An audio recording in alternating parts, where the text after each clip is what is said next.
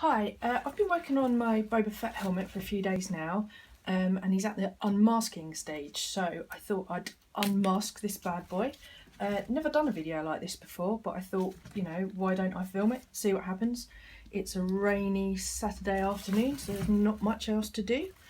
A lot of the other panels on these have already been painted, so when I take all this off, you shall see underneath what it's like.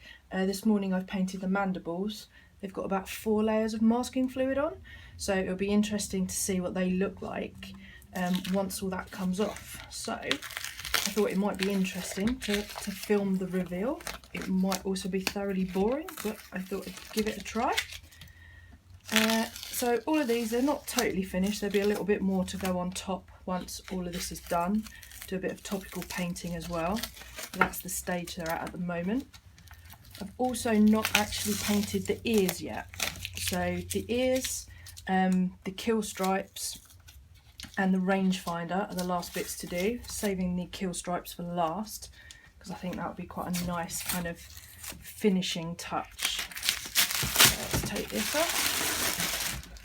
This is the Empire Strikes Back helmet that I've tried to kind of copy. I've not kind of religiously stuck to it because a lot of these fan ones that I've seen done, they end up very much paint by numbers, and although they might look fairly screen accurate, which screen accuracy is a bit of a funny notion anyway, I think they always end up looking a little bit too contrived and not real. They just look a little kind of paint by numbers.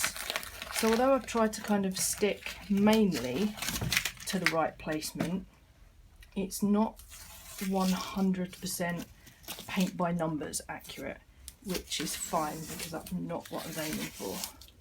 So I always think it's nice to put a little bit of your own stamp on these, not get bogged down too much with accuracy, but rather try and get it actually look more real, like it would actually exist in the universe.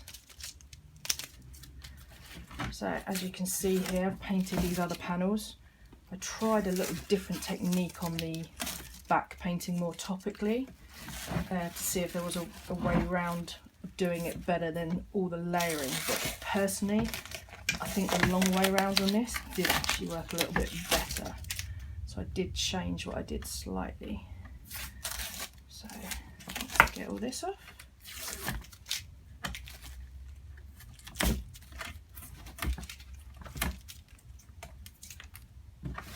Right,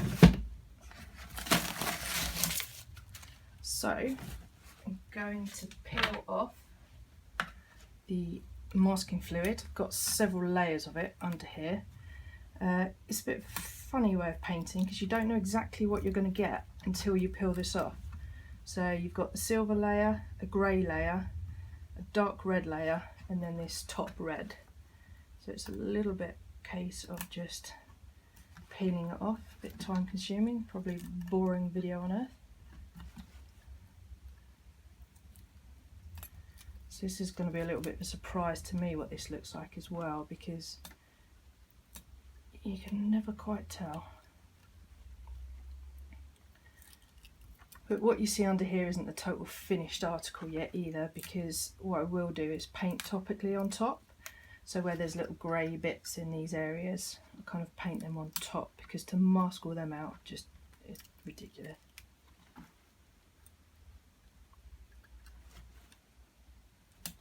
So I've wanted to do one of these helmets for years because I wanted to do the paint challenge of it actually, and it has been quite fun apart from the slight airbrush disasters.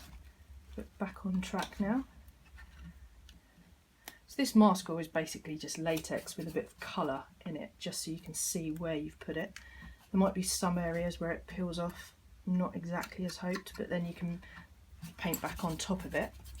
And once you get all these flaky bits off as well, then you can start to see the build up of the different colours underneath.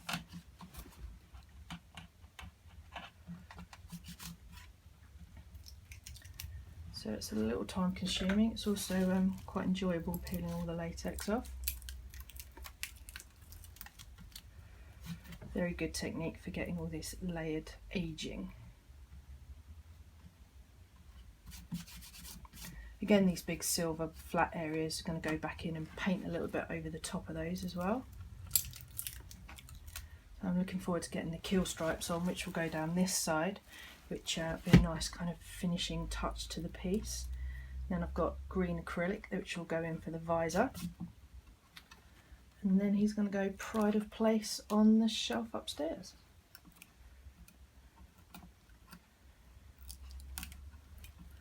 So as this is quite time consuming, I won't show all of it because it's pretty boring. But just do a little bit more of this so you can see what happens.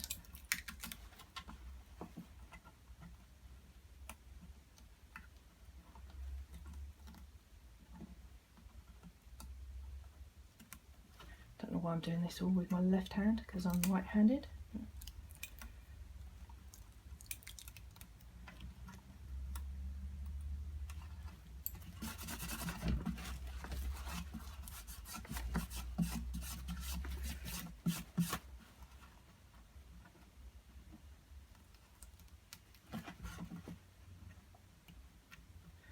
So there you kind of get the idea. Also just need to kind of get rid of all this flaking that we've got here, reveal all the different layers underneath. But yeah, he's certainly getting there now, very nearly done. So I'm looking forward to getting the rest of the bits on there.